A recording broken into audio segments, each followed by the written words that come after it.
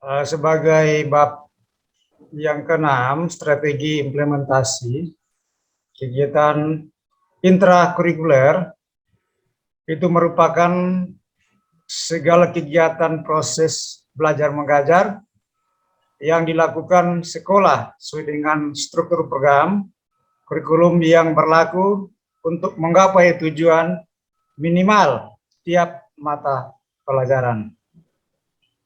Kegiatan interkurikuler ini merupakan kegiatan yang paling utama pada sekolah yang di mana kegiatan ini sudah terstruktur dan terjadwal sesuai dengan cakupan dan tingkat kompetensi muatan atau mata pelajaran. Kegiatan interkurikuler ini bertujuan untuk menumbuhkan kemampuan akademik siswa. Di sini ada contoh alokasi waktu mata pelajaran yang SMP, itu asumsi 1 tahun dalam 36 minggu.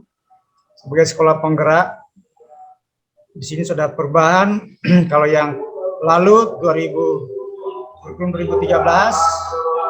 di sini ada perubahan tentang ada kegiatan proyek minimal 20% dari total per tahun.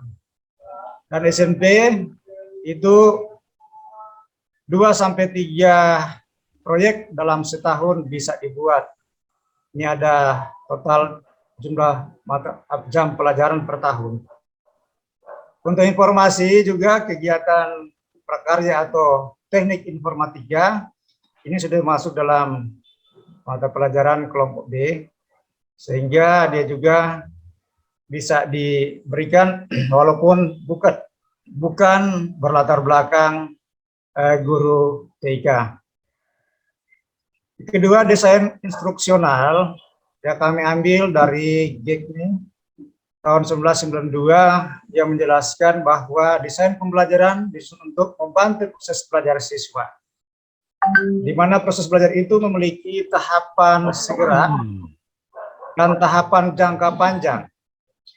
Menurut GEKNI, belajar seseorang dapat dipengaruhi oleh 2 faktor yang paling internal dan faktor eksternal.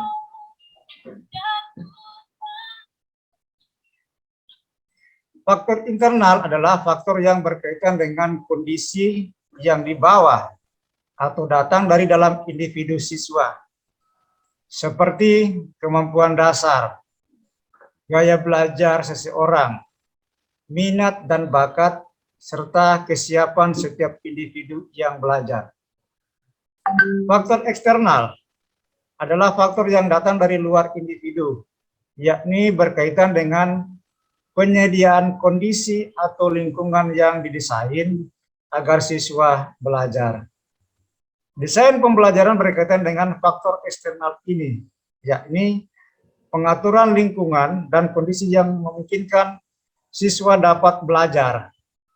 Menurut GEKNI, kondisi internal dapat dibangkitkan oleh pengaturan kondisi eksternal.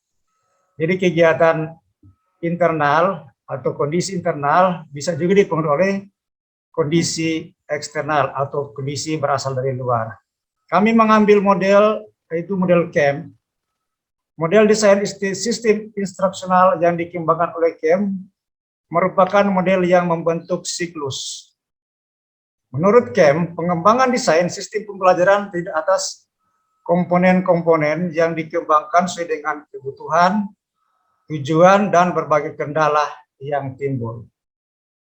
Model sistem instruksional yang dikembangkan CAM ini tidak ditentukan oleh komponen mana seharusnya guru memulai proses pengembangan. Pengembangan sistem instruksional menurut CAM dari mana saja bisa, asal saja urutan komponen tidak diubah, dan setiap komponen itu memerlukan revisi untuk mencapai hasil yang maksimal. Oleh karena itu, CAM dilihat dari kerangka sistem merupakan model yang sangat luas. Komponen-komponen dalam satu desain instruksional menurut CAM adalah A. Hasil yang ingin dicapai, B. Analisis tes mata pelajaran, dan ketiga atau C. Tujuan khusus belajar. Project basic. Pembelajaran berbasis proyek adalah metode pembelajaran yang menggunakan proyek kegiatan sebagai media. Peserta didik melakukan eksplorasi, penilaian, interpretasi, sintesis, dan informasi untuk menghasilkan berbagai bentuk hasil belajar. Project based learning atau pembelajaran berbasis proyek merupakan model pembelajaran yang berpusat pada siswa untuk melakukan suatu investigasi yang mendalam terhadap suatu topik.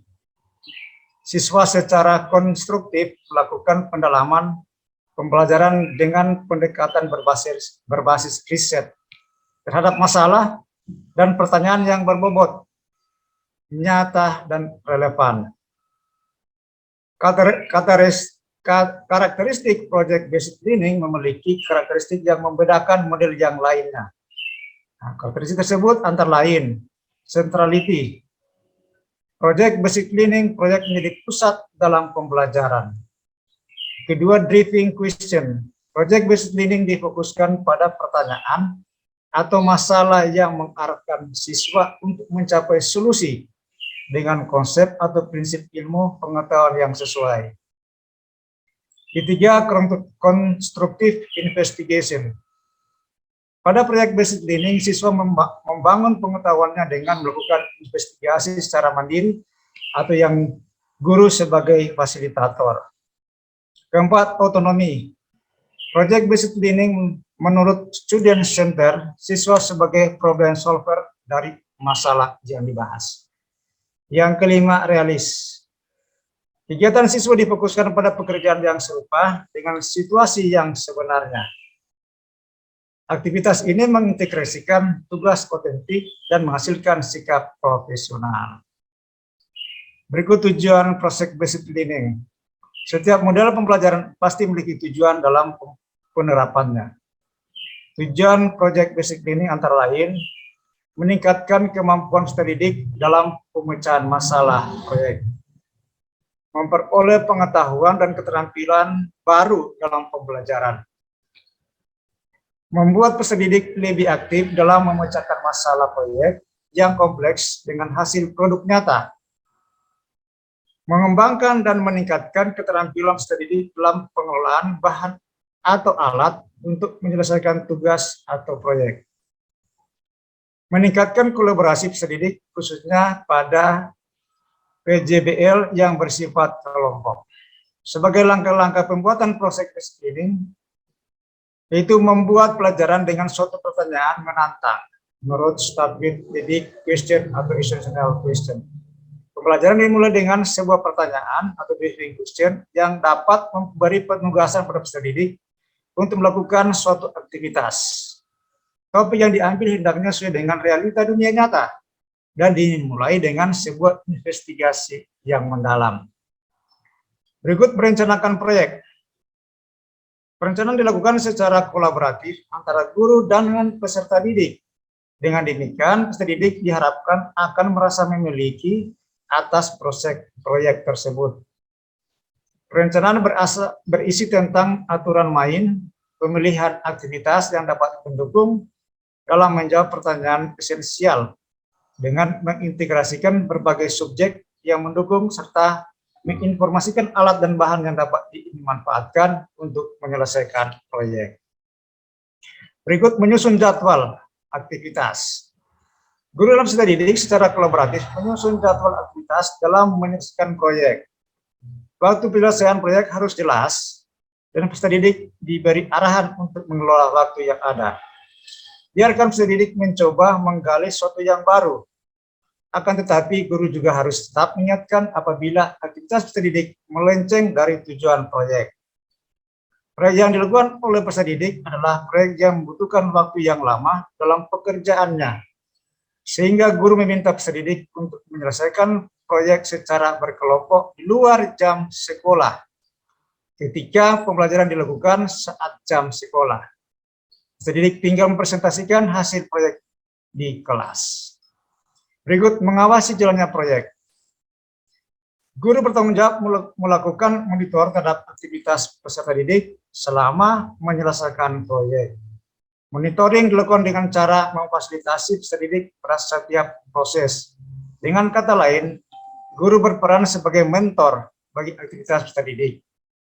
Guru mengajarkan kepada peserta didik bagaimana bekerja dalam sebuah kelompok.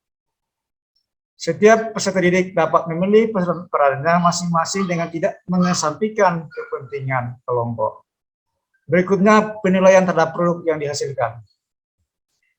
Penilaian dilakukan untuk membantu guru dalam mengukur ketercapaian standar, berperan dalam mengevaluasi kemajuan masing-masing peserta didik, memberi umpan balik tentang tingkat pemahaman yang sudah dicapai oleh peserta didik, serta membantu guru dalam menyusun strategi pembelajaran berikutnya. Penilaian produk dilakukan saat masing-masing kelompok mempresentasikan produknya di depan kelompok lain secara bergantian. Berikut evaluasi.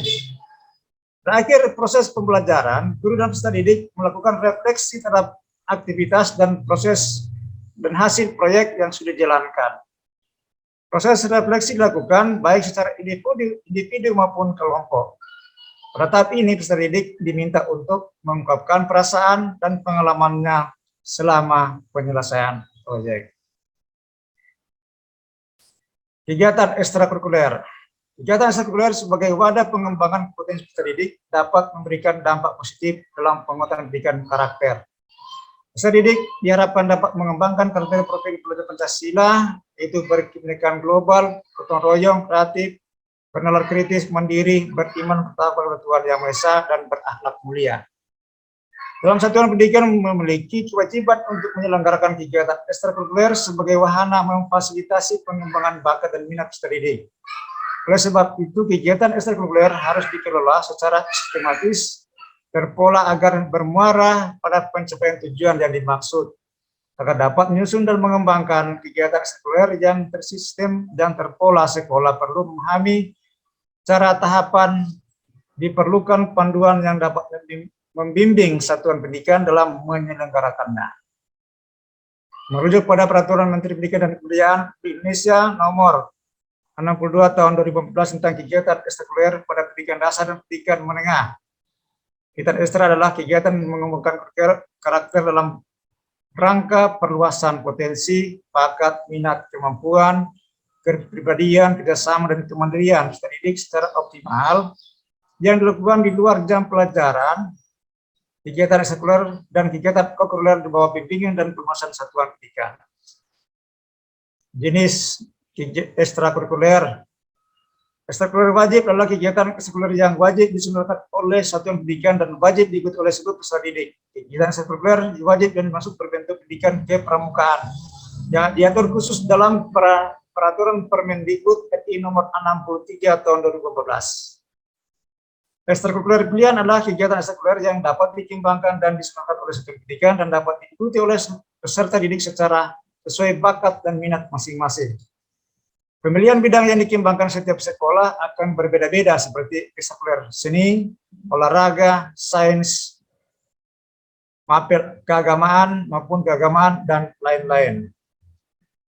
Kokurikuler. Kokurikuler merupakan kegiatan-kegiatan peserta didik di luar kegiatan intrakurikuler yang sangat mendukung keberhasilan kegiatan intrakurikuler. Kegiatan kokurikuler tampaknya belum dimaksimalkan oleh sekolah dalam penguatan pembelajaran. Kegiatan kokurikuler merupakan kegiatan yang dilaksanakan di luar jam pelajaran, seperti melaksanakan kunjungan lapangan, karya wisata, sanggar seni, taman budaya, ataupun berkunjung ke komunitas. Untuk menambah pengalaman belajar peserta didik, kokurikuler dapat dilakukan di sekolah ataupun di luar sekolah untuk menunjang pelaksanaan intrakurikuler. Berikut non-kurikuler. Kementerian Pendidikan dan Kebudayaan mencanangkan gerakan penumbuhan budi pekerti melalui serangkaian kegiatan non-kurikuler. Kegiatan-kegiatan ini dilakukan dalam kegiatan harian dan periodik, wajib maupun pilihan untuk menumbuh kembangkan nilai-nilai dan karakter positif. Budi pekerti luhur yang diharapkan dapat tumbuh lewat gerakan ini mencakup beberapa hal. Di antaranya internalisasi nilai moral dan spiritual dalam kehidupan, rasa kebangsaan dan cinta tanah air, interaktif positif antar peserta didik dengan guru dan orang tua, juga interaktif positif antar siswa. Selain itu diharapkan pula tumbuhnya pengembangan potensi kultur siswa, pemeliharaan lingkungan sekolah yang mendukung iklim pembelajaran, dan pelibatan orang tua dan masyarakat. Alur pembudayaan yang dilakukan dalam gerakan pembangunan budi pekerti dimulai dengan diajarkannya contoh kasus hidup bersih. Siswa diajarkan tentang cara hidup bersih dan bahaya hidup kotor. Setelah diajarkan, mereka dibiasakan untuk membersihkan yang kotor dan membuang sampah pada tempatnya. Pembiasaan ini membutuhkan komitmen sehingga anak dilatih untuk konsisten. Mereka diajar bila tidak mengerjakan dan ditidur jika dilanggar. Setelah menjadi kebiasaan, tanpa disadari anak-anak akan membersihkan dan membuang sampah pada tempatnya. Karena terbiasa bersih, mereka akan tidak nyaman melihat jika ada sampah yang tidak pada tempatnya. Saat itulah terbentuk karakter bersih yang berujung pada masyarakat yang berbudaya hidup bersih. Berbagai kegiatan dapat dilakukan dalam mendukung gerakan ini di sekolah dengan dimulai sejak sebelum memulai pembelajaran. Salah satu contoh adalah membaca buku non-pelajaran sekitar 15 menit sebelum jam pelajaran dimulai. Ketika pelajaran dimulai, diawali dengan berdoa yang dipimpin oleh siswa di bawah bimbingan guru. Juga menyanyikan lagu Indonesia Raya atau salah satu lagu wajib nasional atau lagu terkini yang menggambarkan semangat cinta tanah air. Demikian pula ketika mengakhiri pembelajaran, peserta didik diajak untuk menyanyikan satu lagu daerah dari seluruh Nusantara dan berdoa dipimpin bergantian oleh siswa di bawah bimbingan guru. Selain kegiatan harian seperti disebutkan di atas, penumbuhan budi pekerti juga dilakukan dalam rutinitas mingguan sekolah. Misalnya, upacara bendera tiap hari Senin dan olahraga bersama seluruh warga sekolah minimal seminggu sekali. Ada juga pembiasaan baik yang dapat dilakukan, yaitu dengan membuat jadwal piket, membersihkan kelas dan lingkungan sekolah secara bergantian. Oke, bab ke-7 penutup. Yesus memberikan perintah kepada murid-muridnya, pergilah, jadikanlah semua bangsa muridku, dan baptislah mereka dalam nama Bapa dan Anak dan Roh Kudus, dan ajarlah mereka melakukan segala sesuatu yang telah kuperintahkan kepadamu, dan ketahuilah aku menyertai kamu senantiasa sampai akhir zaman. Matius 28 ayat 19 sampai 20. Dalam rangka mengembang tanggung jawab peratusan ini, Gereja Katolik sedunia hingga Keuskupan Manado merasa terpanggil untuk menyelenggarakan karya pendidikan dini untuk membentuk manusia seutuhnya seperti Kristus, penyampaian kabar gembira dan ikut serta mencerdaskan kehidupan bangsa. Sepanjang sejarah persekolahan JPKKM telah menghasilkan jumlah lulusan yang begitu banyak dan telah tersebar di seluruh berbagai penjuru tanah air, bahkan dunia.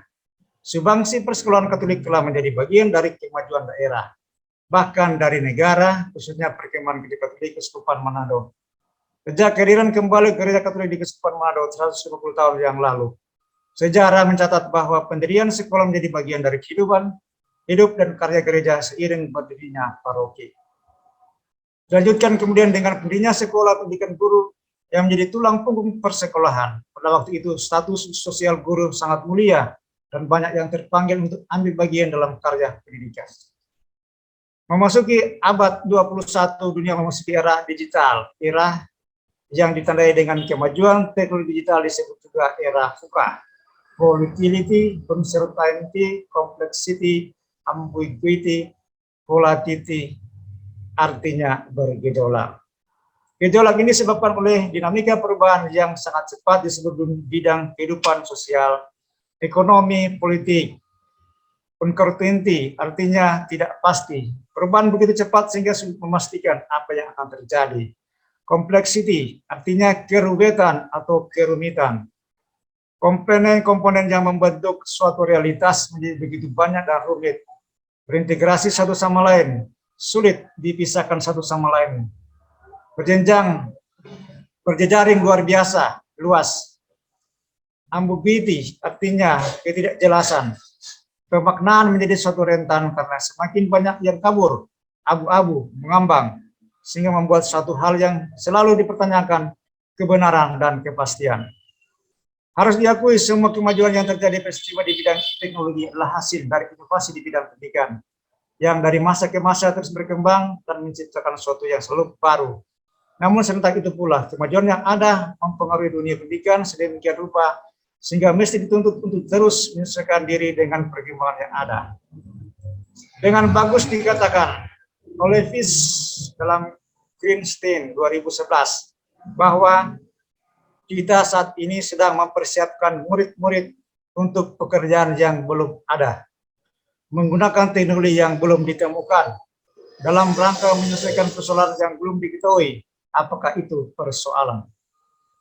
Mengenai pentingnya prinsip keterpaduan dalam pendidikan untuk menjawab tuntunan di abad 21 ini, penekanan diletakkan pada pengembangan diri manusia secara utuh dan menyeluruh termasuk pikiran dan tubuh.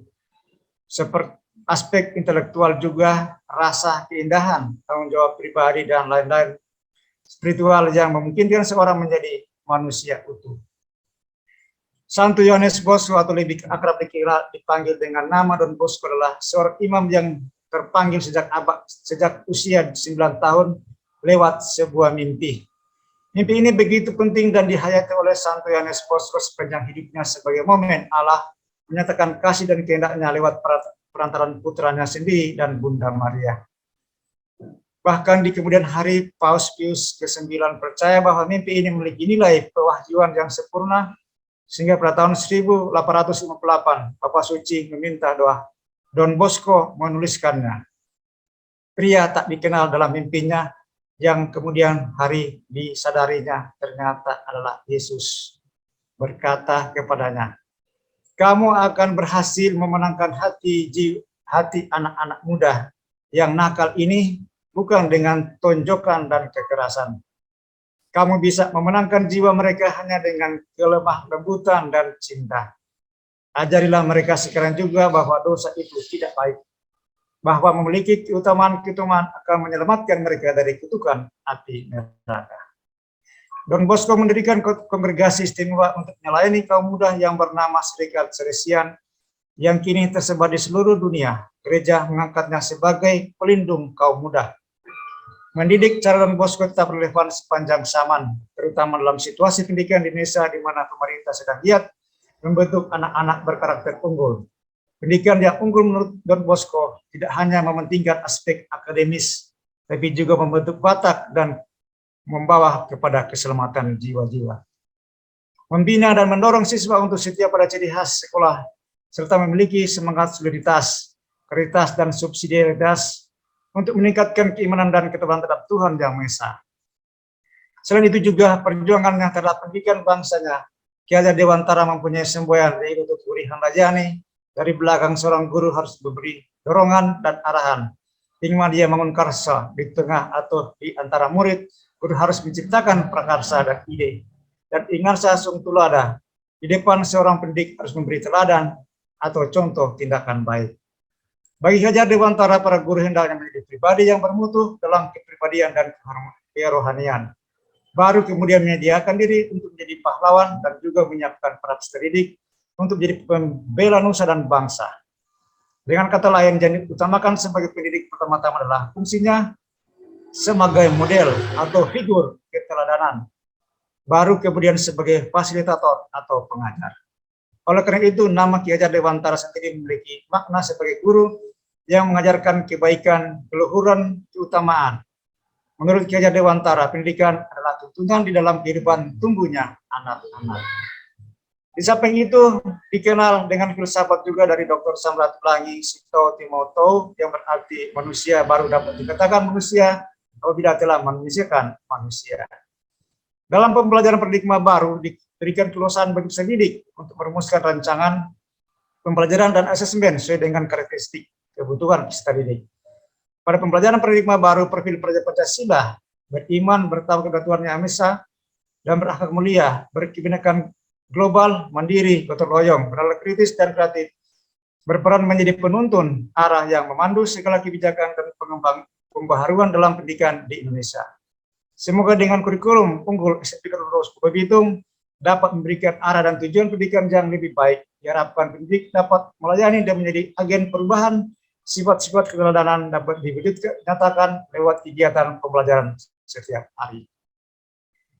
Berikut daftar pustaka yang sudah kami masukkan, dan kami akan share kegiatan ekstrakurikuler.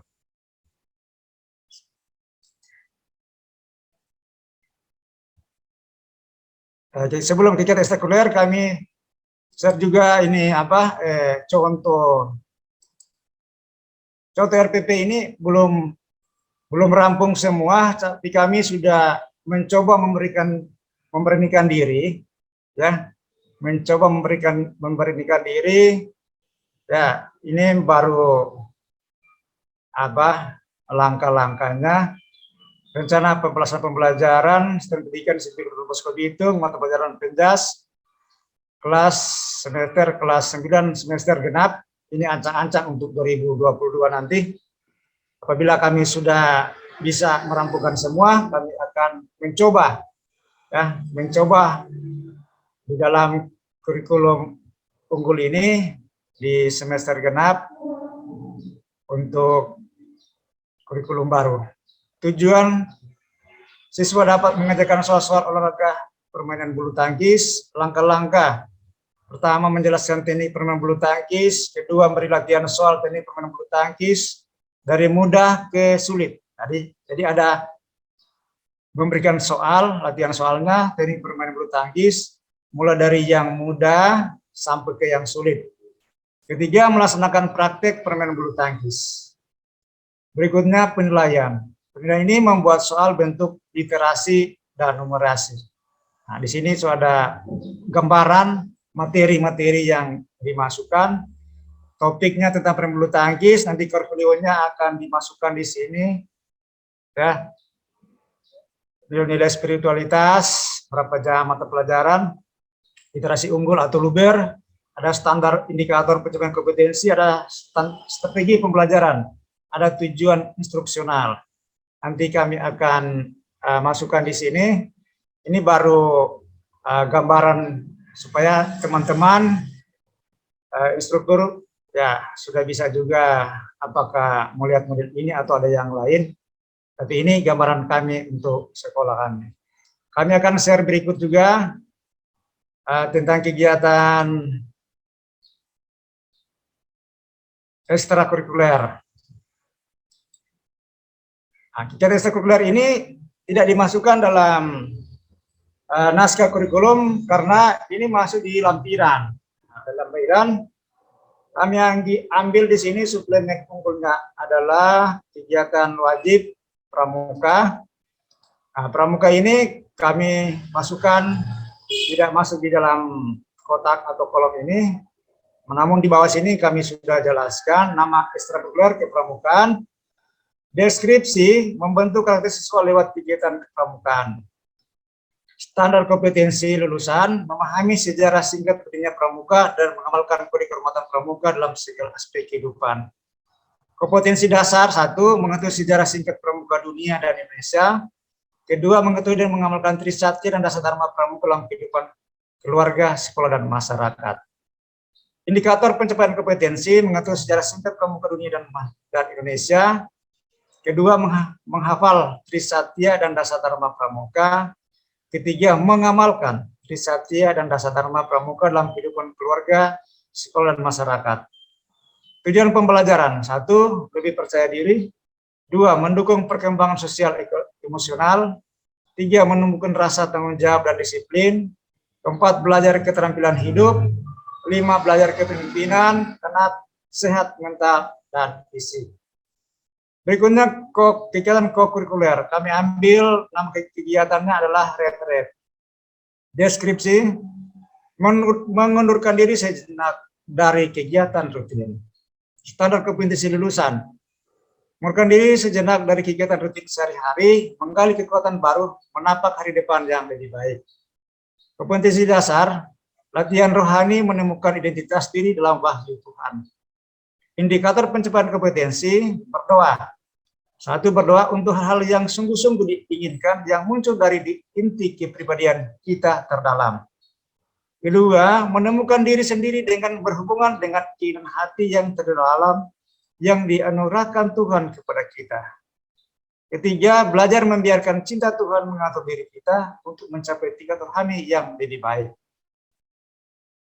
Tujuan pembelajaran: 1. Membangkitkan semangat baru untuk memiliki semangat dalam pekerjaan Tuhan. 2. Mengukur kadar rohani untuk membangkitkan semangat atau kekuatan baru. Ketiga, menemukan terobosan pelayanan baru. Berikut non-kurikuler kami ambil, yaitu doa Angelus. Nama non-kurikuler, doa Angelus, Domini Nuntiati Maria. Deskripsi: doa Angelus adalah doa untuk menghormati penjelmaan Tuhan jadi manusia dan didoakan 3 kali dalam sehari, jam 6 pagi, 12 siang, dan jam 18 sore. Standar kompetensi lulusan: diharapkan peserta didik dapat melaksanakan doa Angelus pada jam 6 pagi, 12 siang, dan 18 sore. Kompetensi dasar peserta didik dapat melaksanakan doa Angelus jam 6 pagi, 12, dan 18 sore. Tujuan pembelajaran: mengingatkan umat Katolik agar memberi penghormatan pada Bunda Maria serta karya penyelamatan Allah. Demikian yang dapat kami sampaikan, Ibu Lili. Atas kurangnya kami mohon maaf dan kami minta ada saran dari Bapak Ibu instruktur atau Bapak Ibu kepala sekolah, kami persilakan. Terima kasih. Ya, terima kasih banyak Pak Fransiskus yang sudah memaparkan dokumen kurikulumnya, naskah kurikulumnya. Supaya mungkin saya tidak lupa ya, kalau di bab 6 ya Pak ya, sitasinya, kutipan-kutipannya belum nampak ya. Karena kita diingatkan ketika kita menyusun skripsi atau tesis, ketika kita mengambil pendapat, seperti ada kata menurut ini, ya kan? Kita harus tuliskan diambil dari mana. Nah, untuk cara penulisan sitasi ada contohnya, udah diberikan oleh Pak Heri. Jadi ada beberapa mungkin yang Bapak kutip dari mana asalnya kita harus tuliskan. Mungkin itu yang mungkin kami sempat baca tadi berdasarkan paparan Bapak. Baru model tulisannya, mungkin karena masih sementara perampungan ya Pak, untuk memasukkan nanti pada tanggal 24 batasan ya. Jadi saya lihat di bab 6 juga masih ada bentuk huruf yang berbeda-beda dan ukuran huruf yang masih berbeda ya. Jangan sampai kita terlupakan, terlewati ya Pak ya. Tapi hebat, Bapak sudah memberikan contoh-contoh RPP, modelnya baru sampai kurikulernya. Tapi mungkin diingatkan ada yang bentuk tabel, ada yang tidak. Tapi sebaiknya semuanya dalam bentuk tabel ya, untuk mengisikan KD-nya sampai pada praksis moralnya ya Pak ya. Ya. Oke, ya nanti untuk diskusinya lebih lanjut setelah kita semua paparkan ya. Terima kasih banyak Pak Fransiskus dari SMP Katolik Don Bosco Manado. Kita lanjut ke sekolah berikutnya dari SMP Katolik Laurentius Manado, Ibu Yolanda Monika. Atau tim pengembang kurikulumnya atau wakil kepala sekolahnya. Halo Ibu Yolanda. Sepertinya tidak ada Ibu. Oh ya, sudah tadi. Oh iya. Keluar. Oh iya. Baik, kita lanjut saja ke sekolah berikutnya kepada senior kami Ibu Mike Kaligis dari SMP Santa Monica, maaf. Ibu terima Ellen, kasih panggilan ya, sayang-sayangnya Ibu Ellen dari SMP Katolik Santa Monica. Ya, terima kasih Bu Ellen. Ya, terima kasih Ibu Dita, Ibu Lili, rekan-rekan kepala sekolah dan para instruktur.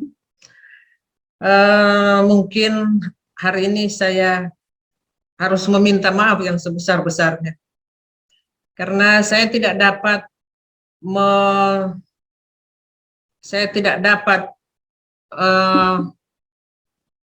mensosialisasikan kurikulum, naskah kurikulum sekolah kami. Karena terus terang, setelah kami membuat IHT dari tanggal 14, 15, dan 16 barusan, terus terang yang kami buat itu belum selesai. Kami sebenarnya sudah menjadwalkan merampungkan itu kemarin hari, karena sebenarnya itu hari Senin, tapi hari Senin kan ada kuliah umum. Tapi kemarin juga saya tidak bisa karena saya harus ada supervisi manajerial dari Dinas Kota Manado kemarin. Jadi kami tunda hari ini. Namun saya minta maaf sekali karena yang saya ingat sebenarnya saya pikir tanggal 23 coaching klinik yang akan dibuat. Jadi sekali lagi saya minta maaf, saya tidak dapat mempresentasikan naskah kurikulum SMP Katolik Santa Monica. Namun besar harapan kami kurikulum naskah kurikulum SMP Katolik Santa Monica akan kami kirim tanggal 24, itu sudah sampai bab 6. Jadi sekali lagi minta maaf, dan apalagi tadi dari sekolah-sekolah yang sudah memaparkan naskah kurikulumnya yang sudah sangat luar biasa. Tapi sekolah kami sekali lagi maafkan saya karena kami tidak dapat presentasikan itu hari ini. Ya, terima kasih atas mohon pengertiannya. Mudah-mudahan ke depan kami akan lebih proaktif dalam pelaksanaan ini karena kami juga akhir-akhir ini memang double-double nih kerja dari POP dan dari Dinas Kota yang harus kami penuhi itu dari supervisi manajerial itu ada banyak sekali, itu ada 48 item barangkali yang harus kami penuhi itu supervisi manajerial. Ya, terima kasih sekali lagi. Mohon maaf. Ya, terima kasih Ibu Mika, Ibu Ellen. Mohon maafnya diterima. Tapi tentunya kami ingatkan tanggal 24 harus sudah masuk ya Bu ya. Itu kan ya permintaan secara administrasi untuk panitia. Ya. Baik, kita lanjut ke sekolah berikutnya. SMP Santa Teresia ya. Pak Kardian. Bapak Kardian yang membantu Ibu Kepala Sekolahnya. Ya. Disilakan Pak Kardian. Oke, selamat siang semua. Selamat siang Pak. Narasumber, fasilitator, Ibu Lili Kaunang, dan juga Ibu Dista yang menjadi MC kita di siang hari ini. Juga kepada teman-teman kepala sekolah, baiklah.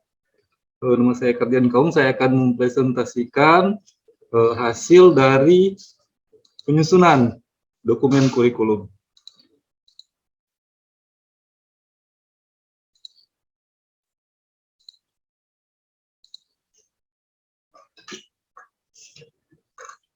Ya, di sini kami sementara membuat dokumen kurikulum dan memang dalam pembuatan dokumen kurikulum ini belum 100% bisa selesai atau dalam jangka waktu yang sangat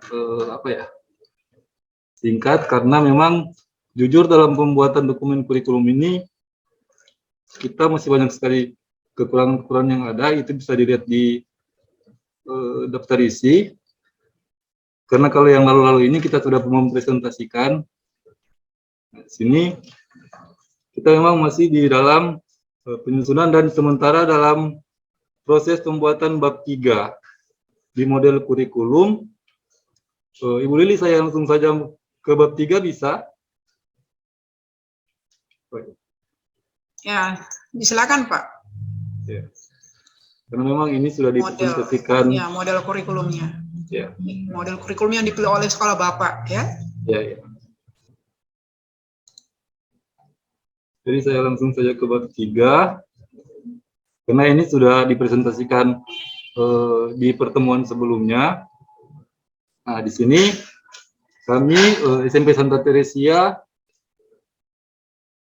di bab 3 kami menggunakan model kurikulum humanistik, di mana kurikulum adalah seperangkat rencana dalam pengaturan mengenai tujuan, isi, dan bahan pelajaran serta cara yang digunakan sebagai dokumen penyelenggaraan kegiatan pembelajaran untuk mencapai tujuan kegiatan pendidikan tertentu.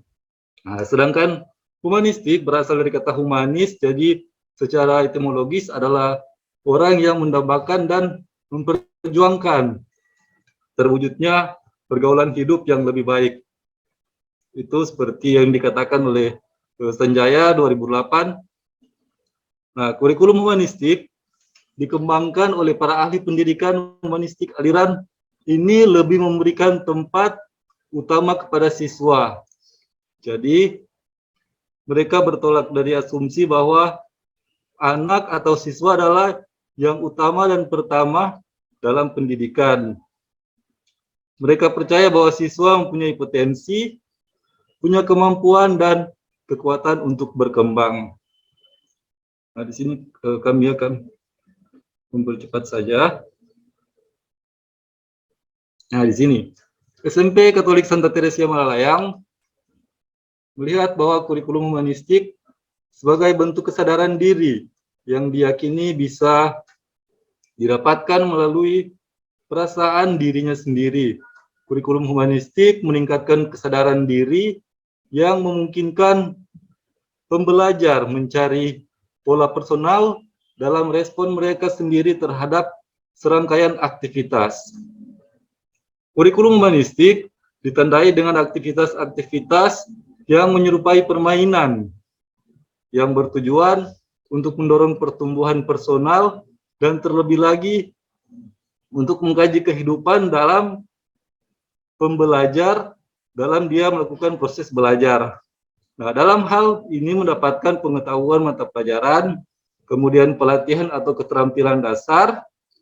Nah, di sini dimensi-dimensi pengalaman akan efektif dia meliputi. Yang pertama itu menyusun aktivitas untuk mengungkapkan pemikiran pribadi dan hambatannya seperti ketakutan, keinginan yang tidak terpenuhi dengan mengenal keamanan dan kemakmuran. Kemudian yang kedua, memperkenalkan materi dan aktivitas dalam bentuk topik-topik, mata pelajaran dan tugas pembelajaran yang menarik bagi siswa dan yang berhubungan dengan tema-tema yang menyatu dengan pengungkapan pemikir siswa. Kemudian yang ketiga, menawarkan aktivitas yang menyenangkan dan berharga bagi mereka. Dan yang keempat, melibatkan mereka dalam aktivitas yang berfokus pada prestasi yang pernah didapatkan termasuk penguasaan dan kepuasan suatu hal. Nah, hal ini sejalan dengan nilai luhur yang dipegang oleh SMP Katolik Santa Teresia, di mana spiritualitas Santa Teresia menjadi sumber nilai yang ditanamkan kepada peserta didik dan seluruh warga sekolah. Nilai spiritualitas Santa Teresia adalah melayani dengan penuh cinta. Nah, sekarang kita ke bagian B, yaitu arah kurikulum humanistik. Jadi di sini saya langsung saja di unsur-unsur kurikulum. Jadi unsur-unsur kurikulum humanistik adalah pertama partisipasi, kemudian ada integrasi, ada relevansi, diri, dan yang terakhir atau yang kelima tujuan. Kurikulum tidak hanya melibatkan aspek kesadaran kognitif, namun juga ada aspek kesadaran institutif dengan bimbingan melalui fantasi dan mediasi. Nah, aktivitas ini kemudian dikembangkan ke dalam inteligensi kreativitas yang membangkitkan kemampuan berpikir. Nah, di sini belajar mandiri merupakan respon terhadap ancaman dan depersonalisasi yang disebabkan oleh fokus sempit atas keterampilan dasar dari membaca, menulis, dan aritmatika. Nah, kemudian perencanaan kurikulum untuk menghasilkan siswa belajar mandiri adalah motivasi, berprestasi, kemudian ada teori atributif, kepentingan anak, dan locus kontrol. Nah, kurikulum humanistik bertujuan mengembangkan bidang-bidang kognitif, kemudian ada afektif, sosial, moral, dan perkembangan ego. Nah, kritik terhadap kurikulum humanistik terdiri dari 3 hal. Yang pertama itu lebih menekankan pada metode, teknik, dan pengalaman, dan tidak menekankan pada akibat atau hasil bagi siswa. Kemudian yang kedua, tidak begitu memperhatikan pengalaman pribadi, namun lebih menekan pada ketidakseragaman. Kemudian yang ketiga, kurang memberikan penekanan pada perorangan yang lebih menekankan kebutuhan sosial. Saya lewat saja. Sekarang kita ke bagian C, yaitu strategi pelaksanaan kurikulum humanistik. Nah, pada mulanya istilah strategi banyak digunakan dalam dunia militer. Jadi yang diartikan sebagai cara penggunaan seluruh kekuatan militer untuk memenangkan suatu peperangan. Nah, sekarang istilah strategi banyak digunakan dalam berbagai bidang kegiatan yang bertujuan memperoleh kesuksesan atau keberhasilan dalam mencapai tujuan. Nah, seperti dalam dunia pendidikan, seorang guru yang mengharapkan hasil baik dalam proses pembelajaran juga akan menerapkan suatu strategi agar hasil belajar peserta didiknya mencapai atau mendapat prestasi yang terbaik. Nah, strategi pembelajaran adalah suatu kegiatan pembelajaran yang harus dikerjakan oleh guru dan peserta didik agar tujuan pembelajaran dapat dicapai secara efektif dan efisien. Nah, kemudian di bagian D, masuk dalam implementasi teori humanistik dalam proses pembelajaran. Nah, dalam praktek teori humanistik cenderung mengarahkan siswa untuk dapat berpikir induktif, mementingkan pengalaman, kemudian membutuhkan keterlibatan siswa secara aktif di dalam proses pembelajaran. Nah, berikut adalah langkah-langkah dalam pembelajaran dengan pendekatan humanistik. Jadi yang pertama itu menentukan tujuan-tujuan pembelajaran, kemudian menentukan materi-materi pembelajaran, dan juga mengidentifikasi kemampuan awal dari peserta didik atau siswa, kemudian mengidentifikasi topik-topik pelajaran yang memungkinkan akan melibatkan siswa untuk dapat belajar secara aktif. Juga merancang fasilitas belajar seperti lingkungan dan media-media pembelajaran. Kemudian membimbing siswa dalam mengaplikasikan konsep-konsep baru ke situasi yang nyata dan juga membimbing siswa untuk dapat memahami hakikat dan makna dari pengalaman belajar. Dan yang paling terakhir, mengevaluasi proses dan hasil belajar. Nah, sekarang ke bagian E, bentuk pendidikan humanistik. Salah satu bentuk pendidikan humanisme adalah pendidikan terbuka atau open education, adalah proses pendidikan yang memberikan kesempatan kepada murid untuk bergerak secara bebas dan memilih aktivitas belajar mereka sendiri.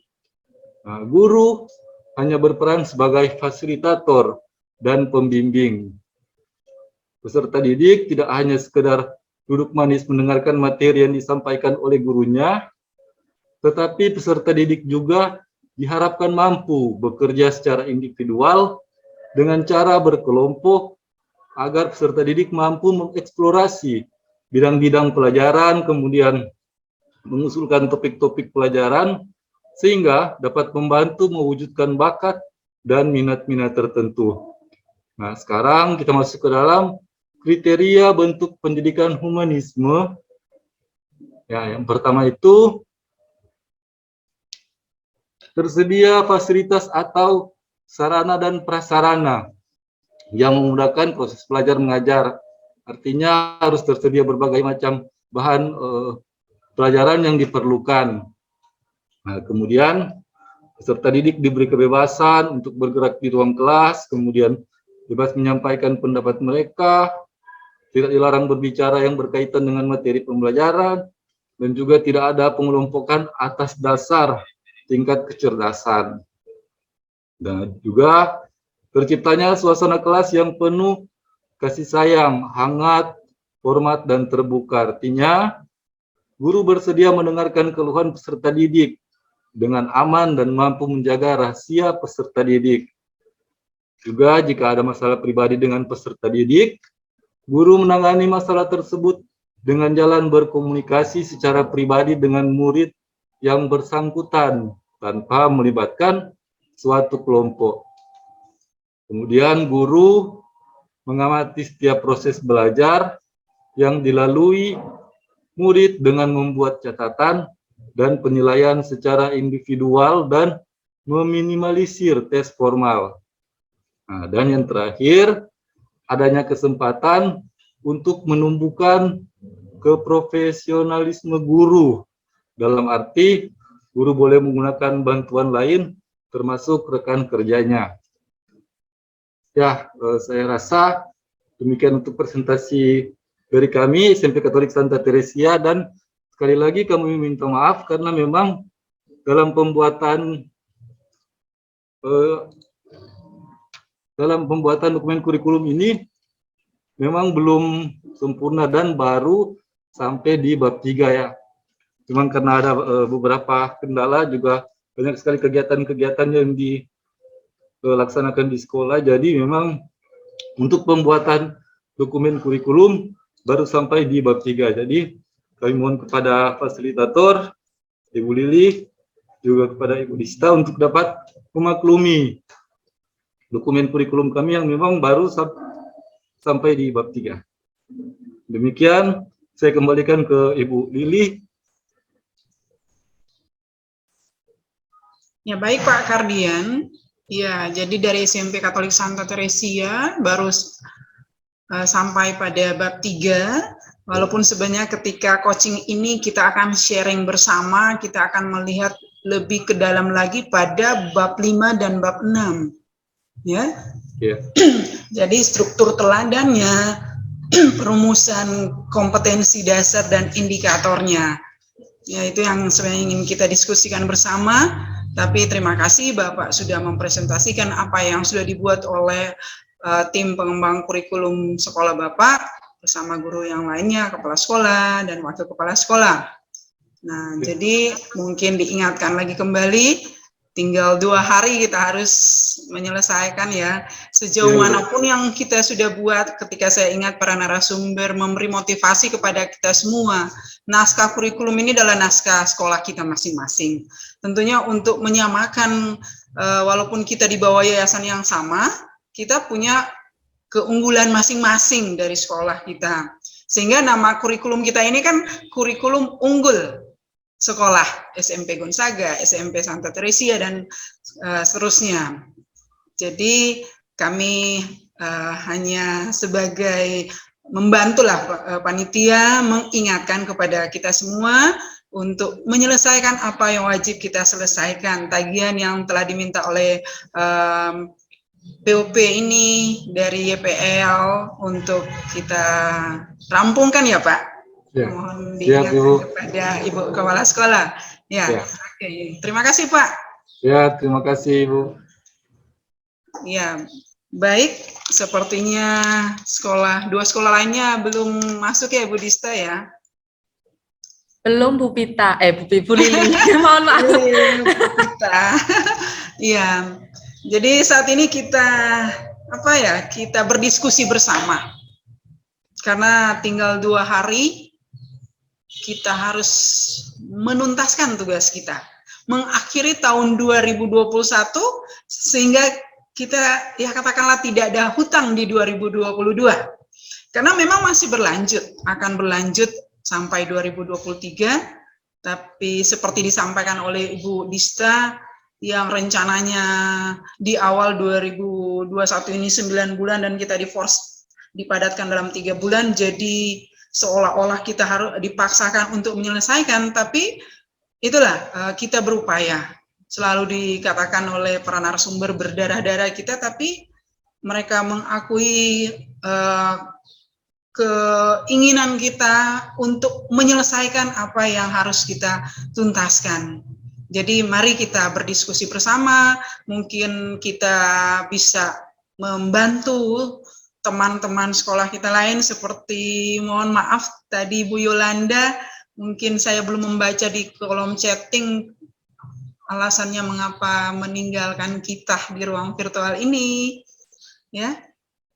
Tapi itulah, mari kita saling memberi penguatan kepada teman-teman kita yang belum bergabung, karena sebenarnya kita tidak ingin melihat kelebihan sekolah kita masing-masing untuk kurikulum yang sudah didesain bersama tim pengembang kurikulum sekolah, tapi di forum ruang virtual ini kita saling membagi, saling melengkapi, karena apalagi kita disatukan dalam satu kelas yang di bawahnya adalah yayasan yang sama. Mungkin Ibu Ike dari SMP Hubertus bisa memberi penguatan kepada kami. Jujur juga kami dari SMP Gonzaga masih dalam tahapan berupaya, sekalipun masih ada perbedaan-perbedaan pendapat sesuai dengan pemahaman kami masing-masing dari paparan materi narasumber, pasti toh kami tetap berupaya. Karena ketika ada 5 orang terkumpul, 8 orang terkumpul dalam mendesain kurikulum unggul sekolah kita, pasti ada 5 atau 8 pikiran yang berbeda, tapi disinilah kita berkolaborasi, kita berusaha menyelesaikan apa yang sudah disampaikan kepada kita, tanggung jawab kita, sehingga seperti di awal tadi saya katakan bahwa kita menyelesaikan ini tanggal 24 sudah harus kita kirimkan. Baik, mari kita dengarkan dari Ibu Ike. Saya lihat tadi presentasinya sudah excellent ya Bu ya, sesuai apa yang saya lihat ya. Mari Bu Ike, silakan untuk memberi penguatan kepada kami ini.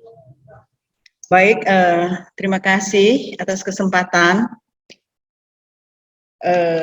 Saya merasa tersanjung, padahal saya pertama-tama saya sangat sedih karena kalau lihat SDM dari sekolah kami itu saya sudah sampaikan kepada Ibu Lili dan para narasumber, karena SDM dari sekolah kami memang agak minim, tidak sesuai dengan mata pelajaran yang diemban, sehingga waktu mau dikatakan mendesain kurikulum, saya sangat bingung bagaimana membuat itu, karena tim pengembang kurikulum di sekolah kami sudah bergantian. Jadi berusaha untung ada guru kami yang memberi semangat kepada saya, kita coba saja apa yang kita bisa kita buat, karena kalau kita menunda-nunda, tunggu atau besok tidak bisa terselesaikan. Jadi ide apa yang kita dapat, nah itu kita tulis, sehingga ketika merampungkan itu sudah ada ide-ide yang bisa kita kembangkan, terutama dalam naskah akademik. Bagaimana mau cari teori-teorinya dari mana?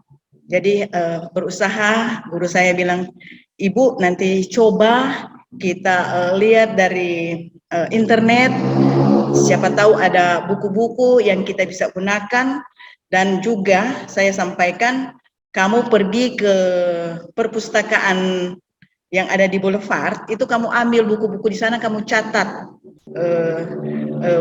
semua yang tertera di naskah akademik, apa yang kami harus buat, dan mereka buat itu. Memang dua guru ini memang guru yang kreatif dan inovatif, sehingga mendorong saya untuk bisa menyelesaikan ini. Dan memang saya termotivasi karena memang sudah ada draft dari Yayasan Pengundi Luhur yang sudah kasih dari narasumber, ya sudah kami dapat ide, oh saya harus buat seperti ini. Jadi memang termotivasi. Waktu belum mengikuti diklat, wow, memang kita pemain ini memang tertutup. Maklumlah, saya kan sudah sudah lanjut usia, jadi memang sudah PDI, penurunan daya ingat. Tetapi saya punya semangat bisa mengembangkan sekolah kami karena pundak keberhasilan sekolah kami ada di pundak saya. Jadi memang saya harus berusaha sekemampuan saya. Jadi inilah yang saya buat. Mulai apa yang ada ide langsung tulis, ide langsung tulis supaya tidak lupa. Karena kalau tunggu besok, lusa, ya tidak bisa jadi itu. Jadi saya berusaha untuk bisa membuat ini karena termotivasi juga dari sekolah-sekolah yang ada di Medan dan sekolah yang ada di Jawa. Jadi memang harus berusaha supaya sekolah yang ada di Manado juga tidak ketinggalan. Walaupun anak-anak yang ada di sekolah kami ekonominya, kalau mau lihat dari sosial ekonominya di bawah.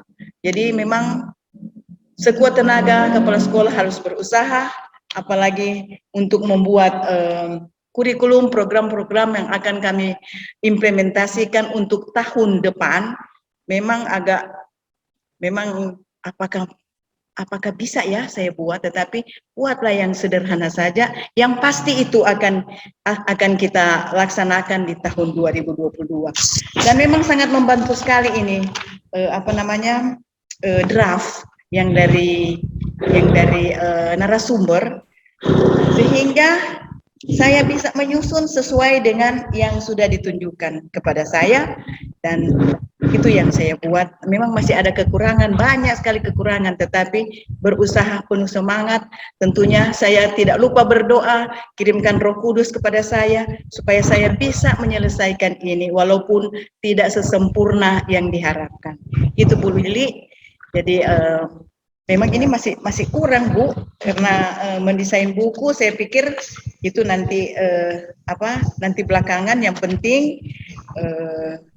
saya sudah memberikan kepada semua guru supaya orang baca itu buku-buku yang sudah ada, dan mungkin bisa kasih masukan supaya tahun 2022 kita akan menyelesaikan ini kurikulum unggul, subsidiaritas, berkarakter, yang berbasis pada spiritualitas, nilai-nilai inti, budaya, dan profil pelajar Pancasila. Itu saja Bu. Semoga ada masukan-masukan lain. Yang penting ketika kita ada ide untuk menyusun program, ya kita langsung tulis. Jangan kita abaikan, jangan nanti susah. Kalau dia sudah terkumpul satu kali, agak sulit kita memulai dari mana. Jadi ketika kita dapat ide langsung ditulis dan nanti dirampungkan bersama. Begitu, Ibu Lili. Terima kasih, semoga semua penuh semangat supaya kurikulum yang kita buat, yang kita sudah rancang, yang kita sudah desain, itu kita bisa implementasikan di tahun 2022.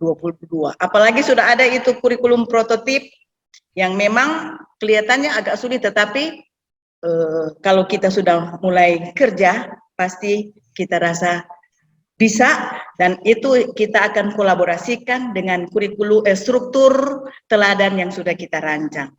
Semoga itu bisa terlaksana, tentunya dengan bimbingan Tuhan Yang Maha Kuasa. Terima kasih.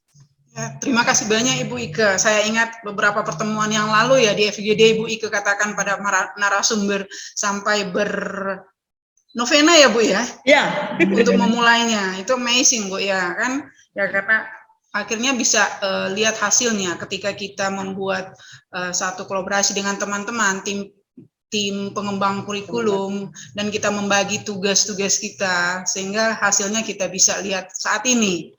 Kami sih tidak ingin bahwa teman-teman yang mungkin belum bergabung mengatakan kepada mereka tidak mampu, tapi mungkin belum mau untuk membagi hati ya, artinya membagi cerita sebenarnya di sini bahwa inilah kekurangan kita, sekolah kita SDM-nya seperti Ibu Ike katakan masih sangat minim, tapi karena upaya kerja keras dan tanggung jawab ya, sehingga kita berupaya. Memang ketika kita meninggalkan atau selalu mengumpulkan, ya memang akan terasa sulit sedikit ide demi ide yang kita dapat kita tuangkan dan kita tuliskan.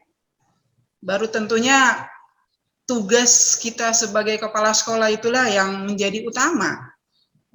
Ya, sebagai agen perubahan kita menjadi harus punya daya pikat, punya daya ubah, daya guna. Ya, kita memikat teman-teman kita untuk mampu bahwa di POP-YPL ini yang harus kita buat seperti ini. Nah, dan benar, ketika naskah akademik kita masih buyar karena tidak ada panduan, tidak ada formatnya, tidak ada polanya harus buat seperti apa. Tapi ketika harus disalin kepada naskah kurikulum, kerangka sudah sangat jelas ya, diberikan, kita tinggal mengisi. Baru ada contoh bahkan dari ini SMP Bintang Laut Surakarta ya, kurikulum unggulnya walaupun inti-intinya tapi menjadi panduan bagi kita akan menyusun kurikulum kita seperti apa. Ya, kami juga dengan tim di sekolah, ya mereka sangat membantu saya dengan tugas-tugas kita, ya kan. Kita mempunyai kepala 2, artinya pimpinan ada 2 dari dinas maupun yayasan, dengan begitu banyak tugas di akhir tahun, tapi ketika kita membuat tim pengembang kurikulum, kita percayakan kepada mereka, pasti mereka akan sangat membantu. Lebih kurangnya tentunya mereka selalu berkoordinasi dengan kita, dan kita selalu memberi motivasi kepada mereka, sehingga kami pun di IHT ya, di IHT itu menyepakati bahwa jika kami membuat kurikulum dengan KD-KD yang ada, materi-materi yang ada di masing-masing mata pelajaran, mereka kata, Bu, berapa ratus tebal halamannya katanya. Saya bilang, ya belum sampai seperti itu, mari kita mewakili saja dari 10 mata pelajaran yang kita harus rumuskan kompetensi dasarnya, indikatornya. Tapi kembali saya ingatkan, itu berdasar dari core value yang ada. Jadi itu mungkin ya dari kami, atau mungkin ada Ibu Dista yang bisa memberi penguatan kepada kami, apalagi teman-teman yang sempat belum bergabung maupun yang live tadi. Mari Bu Dista. Penguatan apa ya Bu Lilia? Supaya kami lebih semangat bahwa tanggal 24 saya kami sudah memasukkannya. Saya hanya bisa memberi semangat aja dalam penyusunan dokumen kurikulumnya. Ya, walaupun memang tidak harus selesai, ya memang harus dikumpulkan tanggal 24, harapannya ya memang semaksimal mungkin apalagi tadi di bab-bab yang Bu Lili katakan, yang di bagian bab 5 tadi ya Bu Lili ya. Iya, nah, bab 5. Itu memang itu nanti yang akhirnya kita akan bawa di tahun 2022 ya. Nanti karena di 2022 ini ada kaitannya dengan guru dan siswa, karena itu kan nanti penerapannya ke siswa. Jadi dokumen kurikulumnya memang harus dipersiapkan sampai ke sedetail itu. Begitu. Jadi mungkin hanya itu saja sih yang bisa saya tambahkan. Semoga bisa menambah semangat Bapak Ibu semuanya dalam menyusun dokumen kurikulumnya sampai ke bab terakhir begitu. Begitu Ya. Bu Lili. Ya, Terima kasih Bu Dista. Ya, karena nanti di 2022 memang itu yang akan kita lakukan bersama dengan guru dan siswa. Jadi naskah akademik dan dokumen kurikulum ini akan menjadi bekal untuk kita bawa ke tahun 2022. Gitu. Iya, benar. Jadi memang seperti tadi ya, struktur teladan dan implementasinya seperti apa. Jadi saya melihat dari Ibu Ike, baru dari Pak Herman sudah memberikan contoh sampai ke bab terakhir sebenarnya yang harus kita tuntaskan. Karena memang pada tahun ajaran baru tahun 2022 kita harus implementasikan kepada guru berarti langsung ke pembelajaran di kelas. Jadi kita harus sebisa mungkin, mudah-mudahan seperti kata Ibu Dista akan dimulai pada bulan Maret, di Januari Februari kita berupaya lebih melengkapi lagi. dokumen kurikulum kita. Baru namanya dokumen berarti ada seperti tadi buku yang istilahnya dokumen kurikulum, baru ada lampiran-lampiran. Ketika ada kokurikuler, intrakurikuler, itu sebagai lampiran dari dokumen kurikulum. Nah, kita coba mendengar dari Pak Herman ya, dari SMP Santo Rafael. Diserahkan Pak Herman.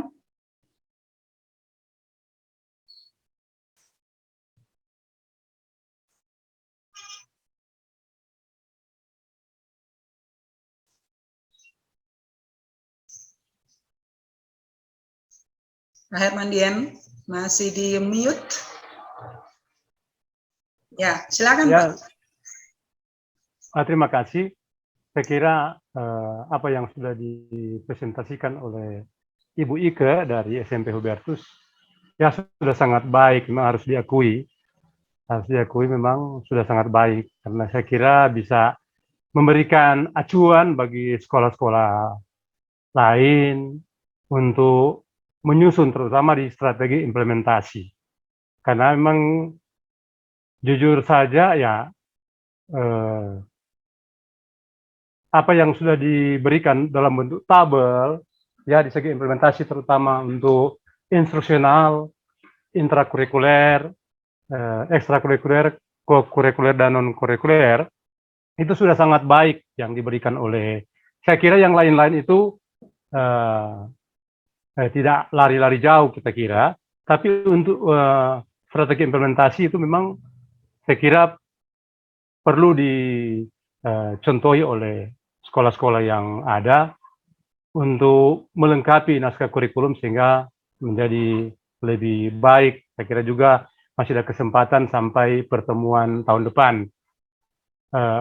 Memang harus diakui SMP Santo Rafael memang kami sangat memiliki keterbatasan waktu. Soalnya ketika penyusunan ini, orang SMP Rafael terlambat mengadakan ujian akhir semester karena baru dimulai tanggal 9. Jadi memang baku tabrak dengan IHT. Jadi kami guru-guru sangat sibuk, ini tim pengembang kurikulum sangat sibuk dengan mengolah nilai deskripsi, sementara harus berhadapan dengan IHT yang memang mesti dilaksanakan 4 hari. Sehingga ada keterbatasan waktu. Tapi sebenarnya itu juga bukan menjadi alasan untuk kami. Tapi harus diakui memang kami belum sempat sampai ke sana. Walaupun ada tim pengembang coba susun-susun, tapi belum utuh, belum lengkap. Sehingga juga saya mau tampilkan, saya bilang nanti saja orang buat, karena seperti Ibu Ika katakan tadi, sudah ada draft dari narasumber yang sudah diberikan, namun karena keterbatasannya diakui, ya kami memang belum sampai itu, sehingga tadi saya juga chat dengan sekretaris untuk ada waktu untuk menyusun itu kembali, melengkapi itu, agar tanggal 24 memang sudah harus dikirimkan. Saya kira itu sekedar dari saya. Oke, terima kasih Ibu Lili. Ya, terima kasih Pak Herman. Kita mau dengar bersama ya dari Pak Franciscus tanggapannya untuk naskah kurikulum yang sudah kita paparkan bersama. Pak Franciscus dari Don Bosco Bitung.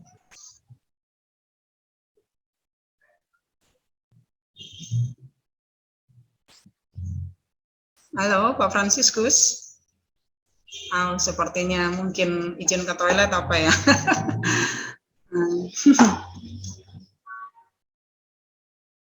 Nah, Ibu Mika Kaligis sambil menunggu Pak Franciscus ya.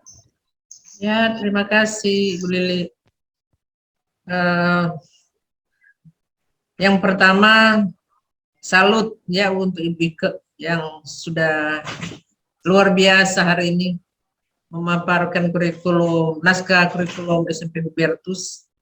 Dan memang kalau di sekolah saya, ini cuma mau sharing saja, kami pada saat tim pengembang kurikulum yang kami yang dari guru-guru yang kami pilih untuk menyusun naskah akademik ini, akhirnya saya berpikir itu tidak cukup kalau cuman karena kebetulan guru di sekolah saya cuman ada sekitar 13 orang.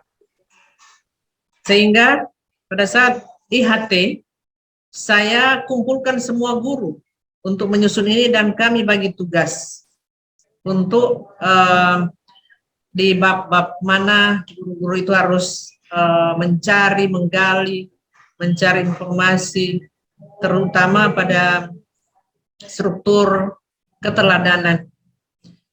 Sehingga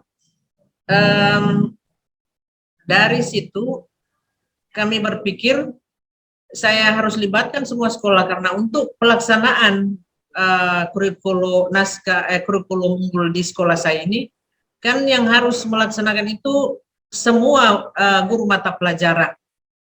Sehingga itulah sebabnya kami tidak dapat belum rampung, bukan mau mengabaikan ini penyusunan naskah kurikulum, namun karena kebetulan juga seperti tadi dari Pak Herman, kami juga, guru-guru juga harus dihadapkan dengan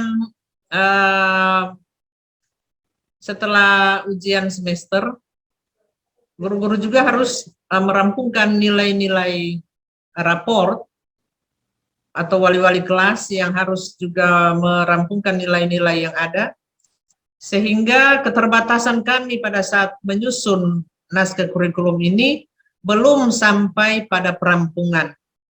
Sehingga selesai IHT, kami memang sudah, walaupun IHT sudah selesai, kami memang sudah sepakat untuk merampungkannya cari hari lain seperti yang saya sudah sebutkan tadi.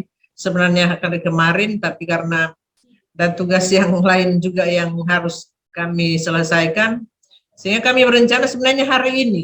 Namun juga karena akhirnya ada coaching klinik ini, ya berarti kami harus besok satu hari full kami harus memberikan waktu untuk penyelesaian kurikulum ini supaya tanggal 24 nanti kami bisa mengirim naskah kurikulum SMP Katolik Santa Monica, ya walaupun memang sangat-sangat jauh kalau memang mau diharapkan dari kurikulum yang sudah sempurna. Tapi kami berharap usaha kerjasama dan yang kami usahakan itu akan kami laksanakan sedapat yang kami boleh kerjakan untuk memenuhi tugas pengiriman naskah kurikulum SMP Katolik Santa Monica. Terima kasih Bu Lili. Ya, terima kasih banyak Ibu Ellen. Ya, memang dengan begitu banyaknya tugas yang harus kita hadapi di akhir tahun ya, baik di penilaian akhir semester maupun tugas-tugas dari yayasan maupun dinas, jadi terkadang menjadi ya katakanlah penghalang untuk kami Pak Ibu Dista untuk menyelesaikannya. Tapi memang ketika kami juga di sekolah kurang lebih ada 22 ya gurunya, jadi saya sudah membagi dari awal sehingga kami merampungkan pada saat IHT. Dan mereka nanti akan presentasikan besok sama fasilitator Pak Guido. Tapi lah di sini karena dari Hubertus, Bu Ike sudah memberikan contoh yang tentunya kita akui bersama sudah baik. Kita bisa meminta nanti chattingan mungkin Japri kepada Ibu Ike mungkin untuk membantu ya. Bu, ya kita harus menyelesaikan sampai sebatas mana. Tapi kita juga harus merampungkan tugas itu untuk harus dimasukkan pada tanggal 24. Jadi di sini saya pun terkadang agak keder juga Bu Dista, karena saya sebenarnya sama dengan ibu-ibu kepala sekolah yang lainnya.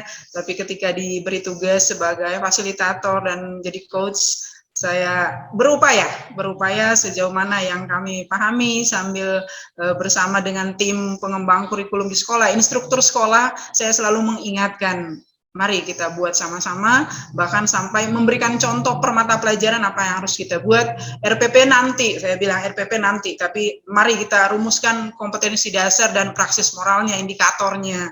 Dan syukur, alhamdulillah kemarin ya sudah bisa ada ya mereka menyampaikan sudah Bu, kami tinggal menyatukan dari 10 mata pelajaran yang ada. Mungkin itulah ketika kita libatkan teman-teman kita, guru-guru di sekolah, jadi akan sangat membantu. Tapi saya yakin dari Ibu Ellen 2 hari lagi pasti sudah Bu ya, pasti sudah bisa memasukkan semuanya untuk kelengkapannya di tahun 2022. Dan sekalipun dikatakan belum sempurna, memang pasti tidak akan sempurna, karena kesempurnaan itu saya selalu berpikir adalah kesempurnaan milik Tuhan. Tapi untuk naskah kurikulum kita mengikuti saja kerangka yang sudah diberikan. Konsep-konsep yang kita tuangkan di dalamnya, kita tentu harus ingat pembuatan sitasinya, karena saya tadi sempat melihat yang sudah dipaparkan, kembali teringat ketika kita membuat skripsi atau tesis ya, cara penulisan yang tepat untuk sitasi. Kutipan-kutipan itu harus kita ingat baik-baik ya. Ketika kurikulum adalah, kita harus itu tahu diambil dari mana, kutipannya harus. Di daftar pustaka ya kita tuliskan, tapi ketika di naskahnya kita harus menuangkan yang benar bagaimana menuliskan sitasi tersebut. Mungkin itu yang kami bisa tambahkan. Baru kalau untuk strategi implementasi, saya sempat membaca yang sudah disampaikan Pak Heri, jadi seperti itu sudah dibuat dalam tabel-tabel sehingga lebih mudah untuk dibaca, dipahami. Kalau dia berbentuk deskripsi itu terkadang orang tidak terlalu tertarik untuk membacanya. Ketika dalam tabel itu akan lebih menarik untuk dibaca, lebih mudah untuk dipahami, seperti contoh yang sudah dibuat oleh Hubertus ya, Bu Ika ya. Ya, boleh bertanya. Ibu Ya, mari, ya. Silakan Bu ya. Tadi ada contoh RPP dari SMP Don Bosco Bitung ya. Tadi contoh Oh iya, RPP. ya Pak Fransiskus ya, iya. Kelas 9. Yang ingin kami tanyakan, yang kami ingin pastikan, penyusunan ini apakah RPP itu berlaku untuk kelas 7, 8, 9? Maksudnya yang masuk di kurikulum unggul ini, naskah kurikulum unggul, atau baru kelas 7? Karena tadi kan ada contoh dari Pak Fransiskus itu contoh RPP kelas 9.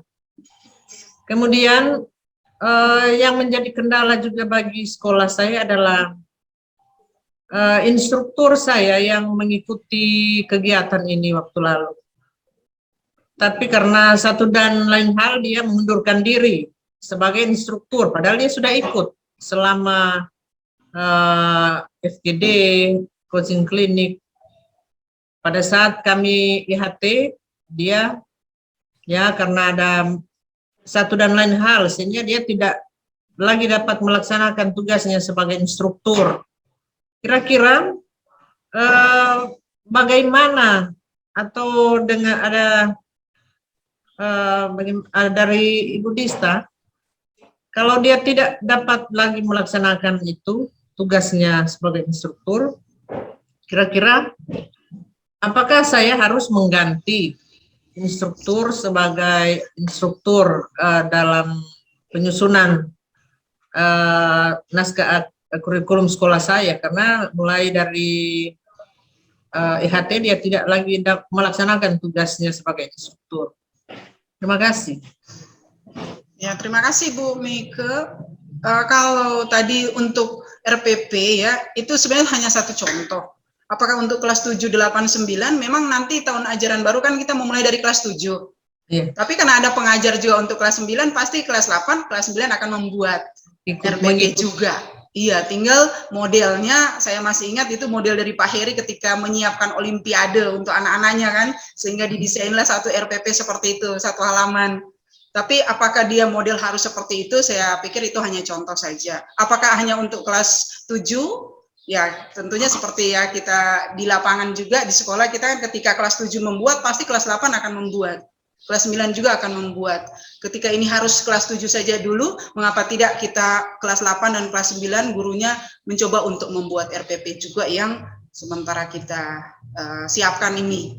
Tapi diingatkan lagi pasti tadi kurikulum yang kita sementara rampungkan internalisasikan nilai-nilai, nilai-nilai, core value, kearifan lokal, itu yang kita mungkin harus ingat bersama bentuk RPP-nya seperti apa. Kami pun masih merancang buat RPP bagaimana, tapi saya katakan kepada teman-teman, mari kita selesaikan dulu dokumen kurikulum sampai sebatas yang sudah diberikan kerangkanya. Untuk RPP kita akan lanjutkan ke depan. Tapi mereka sudah mencoba untuk membuat, jadi tahun depan nanti pada bulan Januari kita mencoba. Tetapi saya masih ingat para narasumber memberi diri, katakanlah ya, untuk di Japri untuk ditanyai. Jadi mungkin Ibu Ika jika ke dalamnya sejauhnya gimana untuk membuatnya, kita bisa bertanya langsung kepada para narasumber. Dan untuk instruktur sekolah Ibu, ya kalau saya sendiri berpikir jika instruktur sekolah, padahal dia sudah mengikuti diklat instruktur. Jadi mungkin ketika dia ada halangan, mengapa dia tidak diseminasikan kepada mungkin yang ditunjuk oleh Ibu untuk menjadi pengganti instruktur sekolahnya, karena dia yang menerima materi. Jadi dia harus share sebagaimana, jika walaupun dia ada halangan, mungkin kalau ada sakit misalnya, setelah sakit dalam tahapan pemulihan, masih ada waktu untuk dia membagi apa yang sudah didapatkannya.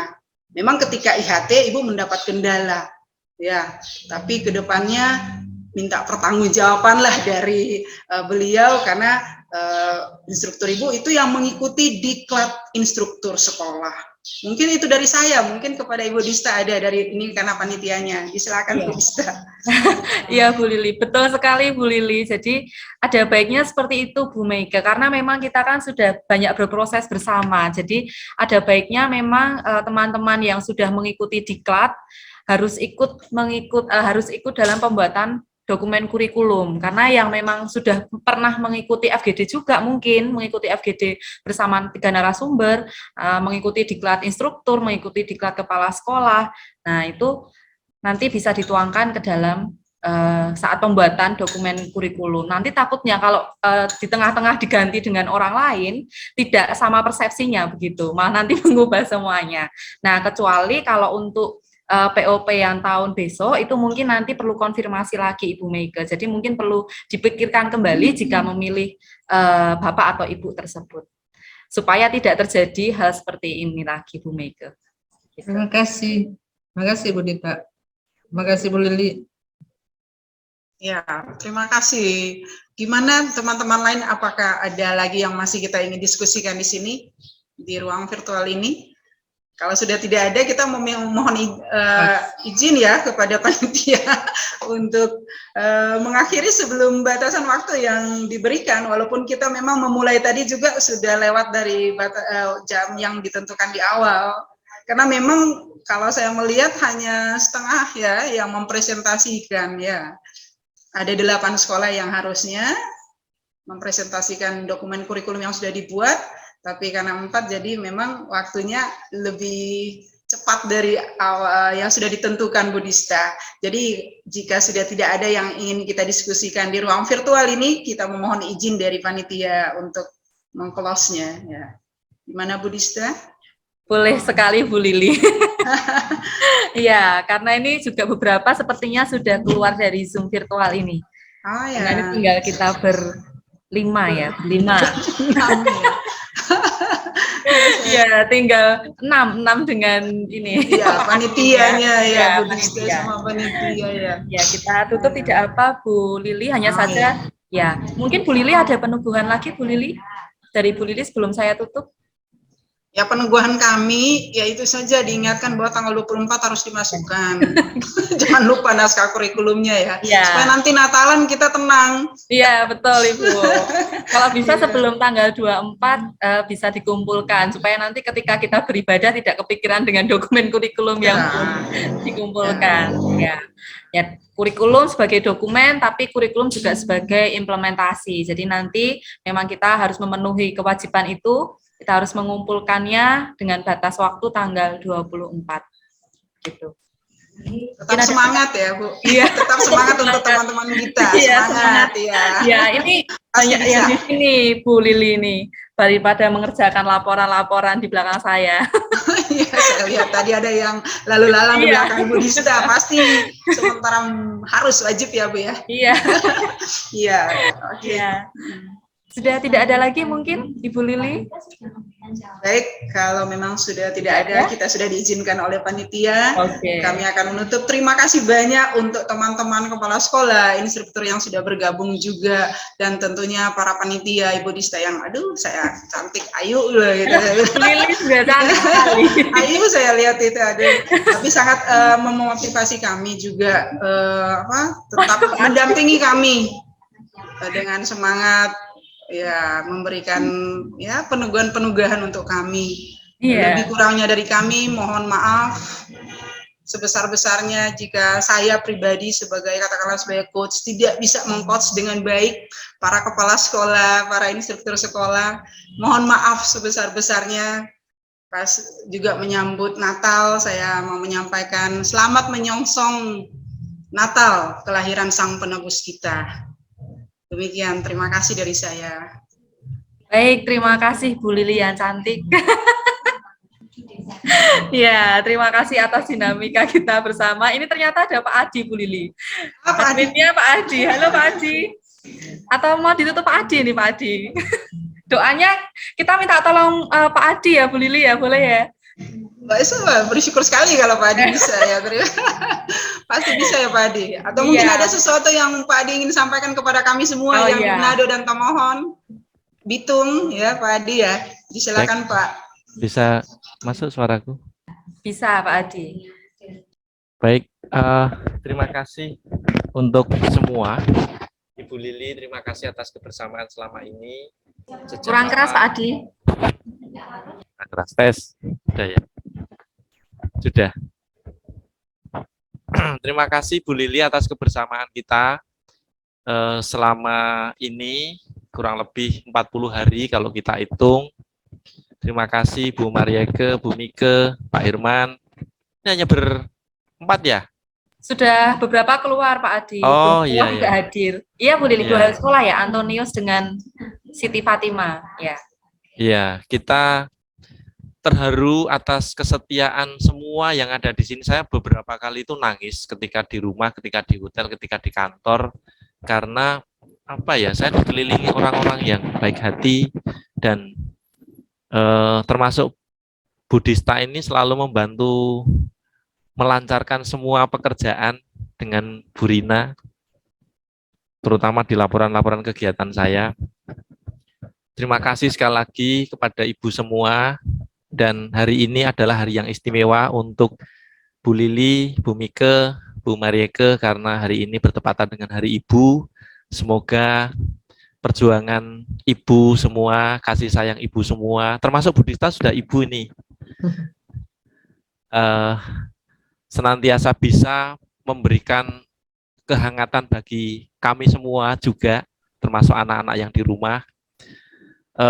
Hari ini adalah hari terakhir coachingnya Bu Lili, pertemuan kita, perjumpaan kita dalam ruang virtual, ruang rindu yang selalu kita nantikan, dan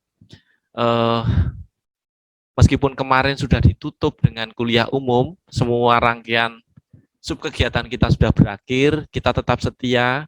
Terima kasih Bu Rina, Budista, senantiasa mendampingi. Dan hari ini adalah memang sungguh-sungguh terakhir kita bertemu di ruang virtual ini, dan kita akan bertemu di tahun yang akan datang beberapa hari lagi.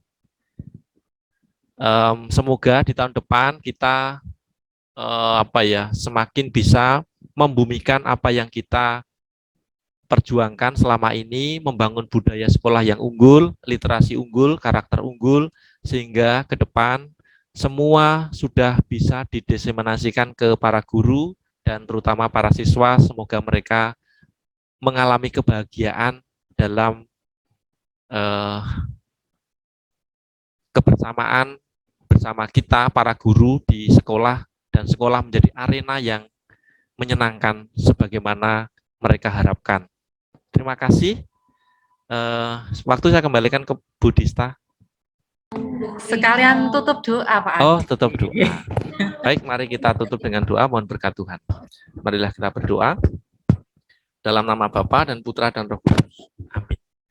Allah Bapa yang bertahta dalam kerajaan surga, kami mengucap syukur atas segala berkat dan pertolongan-Mu selama coaching klinik hari ini dan hari-hari yang telah kami lalui. Kami juga memberanikan diri untuk senantiasa memohon berkat-Mu untuk semua apa yang menjadi usaha kami, rencana kami, demi kebahagiaan anak-anak didik kami, demi kebahagiaan kami semua di dalam menjalani perutusan sebagai pendidik dan guru di sekolah kami masing-masing. Tuhan, hari ini juga kami dalam masa penantian datangnya Immanuel. Semoga Tuhan juga senantiasa mendampingi hari-hari penantian kami, sebagaimana kami menantikan buah-buah rohani dari apa yang kami upayakan selama ini. Selanjutnya ya Bapa, kami mohon berkat-Mu untuk kami semua yang hadir di ruang virtual ini. Semoga kami semua dapat mengalami kegembiraan batin, kebahagiaan jiwa bersama keluarga, bersama teman-teman sejawat, dan orang-orang yang kami jumpai, dan kepada semua orang yang berkehendak baik. Semua ini Tuhan kami serahkan ke dalam tangan-Mu dengan pengantaran Kristus Tuhan kami. Amin. Kemuliaan kepada Bapa dan Putra dan Roh Kudus, seperti pada permulaan, sekarang, selalu, dan sepanjang segala abad. Amin. Dalam nama Bapa dan Putra dan Roh Kudus. Amin. Terima kasih Bu Lili, Pak Adi. Terima kasih Pak Adi. Pak Lili, Irman. Pak Herman, Terima kasih Bu Bu Dika, Dista. Bu Miki, Terima kasih semuanya. kasih. Mika. Budista, Iya, Adi. terima Semoga kasih. bisa berjumpa tahun 2022. Amin. Ya. Semoga. Selamat Natal. Selamat menyambut selamat Sang Immanuel. tahun baru, menyongsong tahun baru. Ya. Pak Adi pakai itu ya. Iya, biasanya pakai itu hanya beberapa kali kan tak coba. Saya kadang pakai tindik di telinganya. Iya, ada tindik itu. Maaf ya Jadi Bu Lili keren. ya. Jadi keren. Nah. Iya, tambah ganteng. Keren katanya. Ada tindik memang pakai tindik. Ya, Budista ayu banget. Budista selalu cantik Bu. Iya, ayu gitu ya. Udah Bu Lili kelihatan Pak Adi masih kalau di sini kita lihat masih Pak cewek. Adi milenial Gadis. pakai anting telinga.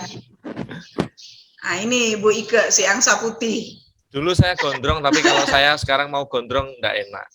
Oh, gitu. Jadi pakai tindik. Biar Pak Heri sama Mas Hendy saja yang gondrong. Iya, mereka ya yang gondrong. Iya. Oke.